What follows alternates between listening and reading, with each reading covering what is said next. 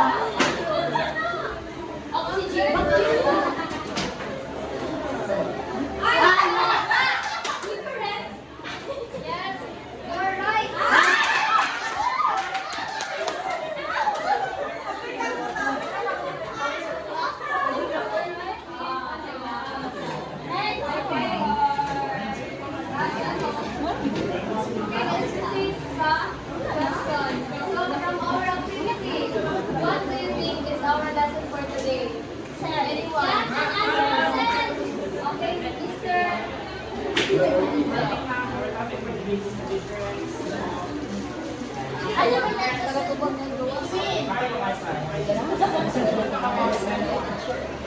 Okay, you're right. Our topic today is about the animals and the plants. So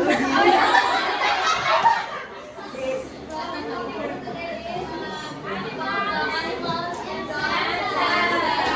So there's a second please read the learning objective.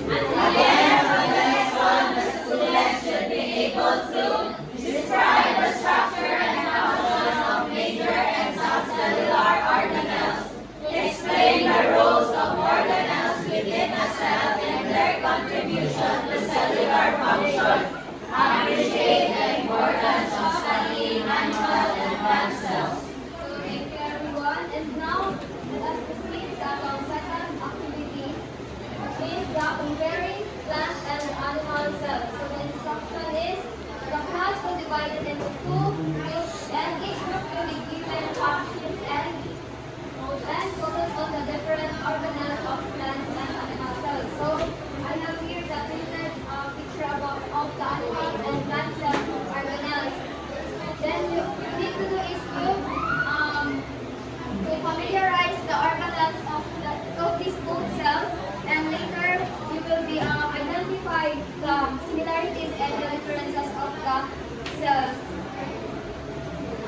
So proceed to your group. This will be the group 1 and this will be the group 2. So proceed to your group, everyone.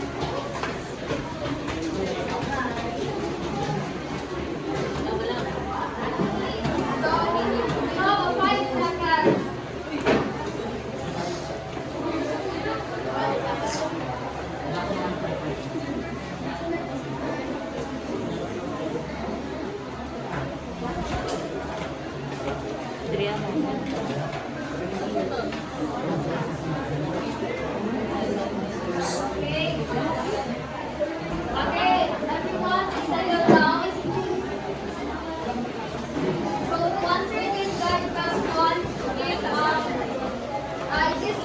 study is the plant cell. This group will be the animal cell. Kung may mga ka ng plant cell, kung ito ang plant cell, then kung isang may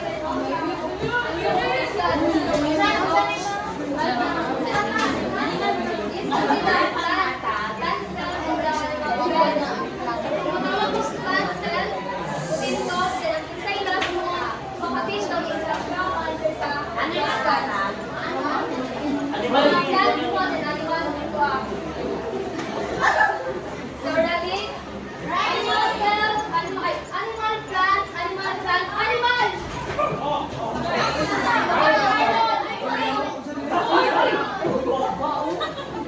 Arnold, answer number one.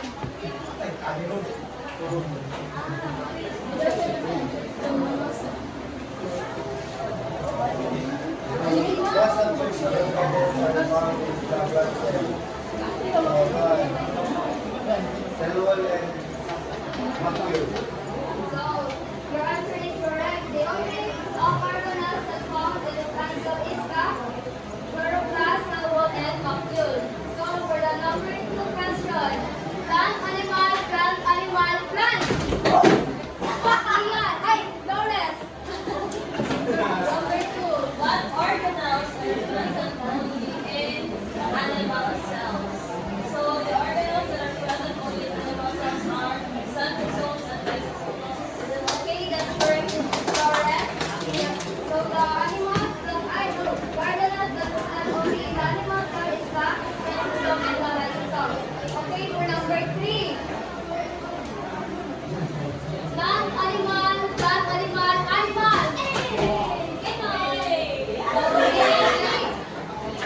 Okay, what's the name? Right, the question is, what are the organelles that you found in the cell? The organelles that we find in the cell are the nucleus, the mitochondria, the endoplasmic reticulum, the Golgi apparatus, lysosome, and even a peroxisome. Okay, that's right. Ashley. And for the last question, animal cell, animal plant, animal plant, animal plant, animal plant, animal plant, animal plant.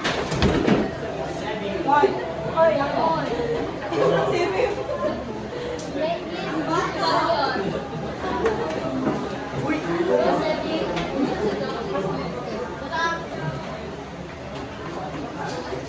Number four, why are the cells considered the basic structural and functional unit of all organisms? So the cell is known as the structural and functional unit of life because all living beings are formed of cells. So thank you for the participation. And now, proceed sa mga discussion. It's the animal and plant cells, the function and the structure. So while I'm discussing this because I will ask the question and you will receive a token. So are you ready, everyone? Yes! Our first organelles, the cell membrane. So the structure of a cell membrane is a double membrane composed of lipids and the protein. And it's only present it's present to the both cells of plants of animals. So the function is it provides shape, protects the inner organelles of the cell, and acts as a selectively permeable membrane. So ano siya concept na organelle ng cell membrane is like a protective barrier of the cell. It's similar to sa skin of the egg, diba? It's have a protective barrier. And also, its shape and structure while controlling what is goes in and out of the cell. And the next organelle is the centrosome. So the structure is composed of centroids and on only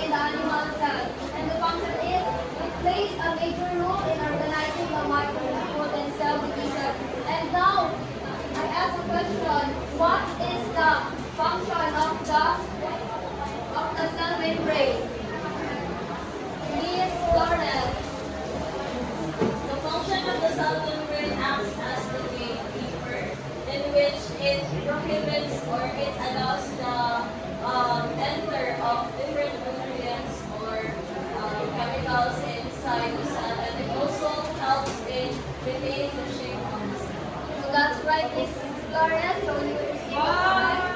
And for our next organelles,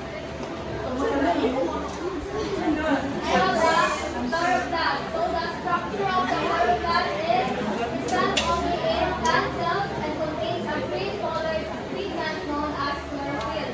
So the function is site of photosynthesis. And for the next organelle is the lysosome. It is a tiny circular shape, single membrane-bound organelle filled with digestive enzymes, and the function is helps in the digestion and removes waste and digests dead and damaged cells. Therefore, it also called the suicidal valve. So, ang lysosome is one of the organelles that the cell is the nomenclature of enzymes that help to break down the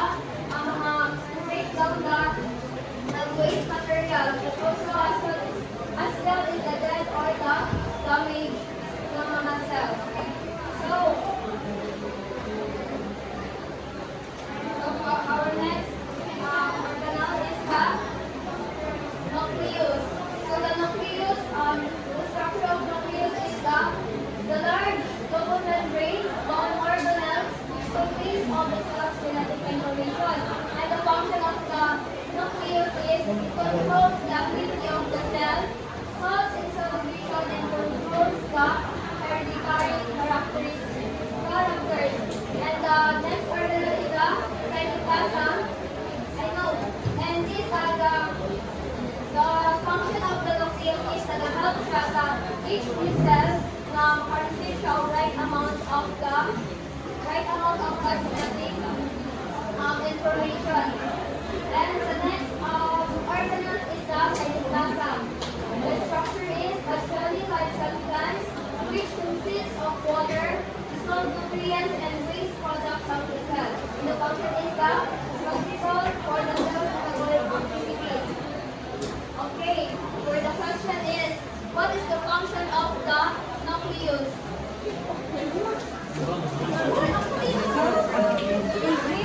Okay, Miss, One of the major functions of the nucleus is that it houses genetic information. Okay, that's right, Miss Garache. And now let's proceed sa ang next organelle. And ang last organelle is the cell wall. The structure of cell wall is a structure layer that surrounds some cell types found immediately outside the cell membrane. And the function of the cell wall is it provides tensile strength and protection against mechanical and osmotic stress. So, ang cell wall is nag-help siya to maintain its shape and the structure. And also, especially sa mechanical stress, which is kanang being bump or press. And osmotic stress is nag-change sa water pressure. And sa last organelle is the bronchiole. So the structure of a bronchiole is a membrane-bound structure in the cytoplasmic matrix of a cell. And the function is they help to storage and disposal sa mga various substances. And for the last good question is, what is the function of the cell wall? Miss Tati. Helps for the structural layer of a plant and for the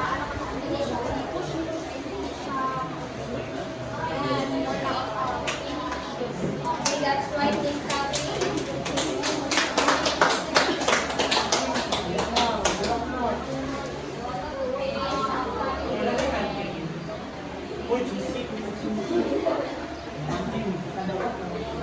So this picture shows the organelles of the animal cell and the plant cell. So the both cells have the nucleus, membrane, ribosome, mitochondria, cytoplasm, and only the plant cells have the cell wall, chloroplast, and the bronchiole. So can you get one more sheet of paper and answer this question? One word or one word?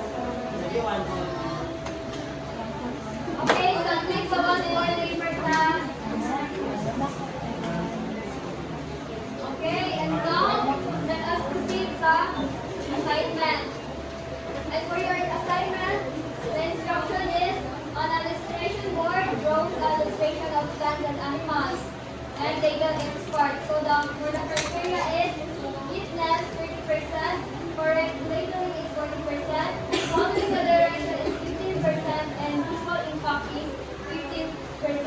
Am I clear, everyone? Yes!